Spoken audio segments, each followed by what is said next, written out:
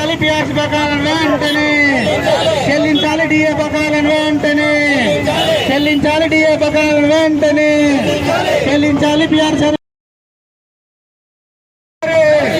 రచించాలి ప్రభుత్వం మండి వైఖరి.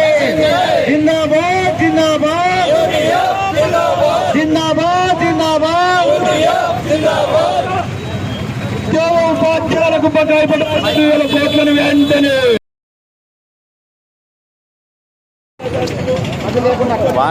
మైకు లేకుండా మాట్లాడండి. సెట్ అవుతారు.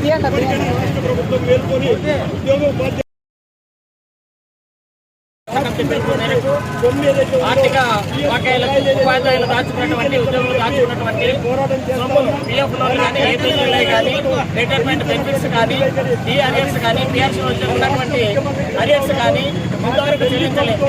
5 సంవత్సరాలుగా ఎలాంటి అరియర్స్ కానీ చెల్లించలేదు. పైగా ఇవ్వమంటే మీకు ఇస్తున్నాం కదా అని చెప్తున్నారు. మరి పిఆర్సీ కూడా అదేవిధంగా 11 పిఆర్సీని 5 సంవత్సరాలు దాటి 8 సంవత్సరాల కాలంలో ఇచ్చి మీకు మరి పిఆర్సీ వల్ల 2 ఏళ్ళకి పిఆర్సీ ఇస్తారని చెప్పి ఒక మంత్రి మాట్లాడుతున్నాడు. కాబట్టి ఆ విధంగా కాకుండా, అలాంటి విధానం కాకుండా ఇప్పటికి 8వ దశల పోరాటంలో ఇది 8వ దశ. మరి 8 దశలుగా పోరాటం చేస్తున్నా ఇంకా నిమ్మకు నీరెత్తినట్లుగా ఈ ప్రభుత్వం వ్యవహరిస్తుంది. అదేవిధంగా దీనికి నిరసనగానే మేము మరోసారి ఇప్పుడు స్పందించకుంటే ఈ నెల 24వ తేదీ కూడా జిల్లా స్థాయిలో ర్యాలీలు, నిరసన ర్యాలీలు చేస్తాం. అదేవిధంగా 31వ తేదీ నుంచి 2వ తేదీ వరకు 3వ తేదీ వరకు రిలే నిరాహార దీక్షలు చేయడానికి కూడా మా రాష్ట్ర సంఘం పిలుపునిచ్చింది. మరి అప్పుడు కూడా స్పందించకుంటే తీవ్రమైన మరి నిరాహార దీక్షలు కానీ, పోరాటం తీవ్రతరం అన్ని ఉద్యోగ సంఘాలు కలిపి చేస్తామని తెలియజేస్తూ నా పేరు ఎస్ ఆబీదు, జిల్లా గౌరవాధ్యక్షులు యూటీఎం.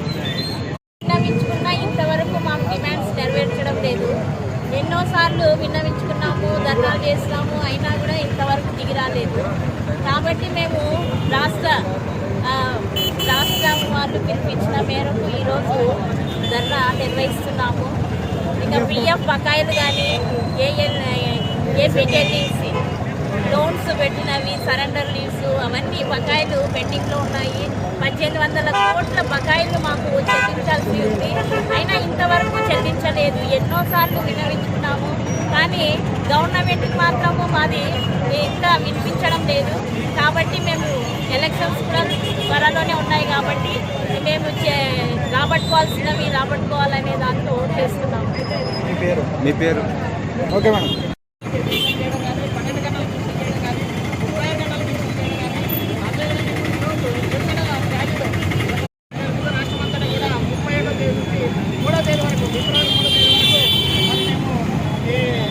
రిలే నిరాహార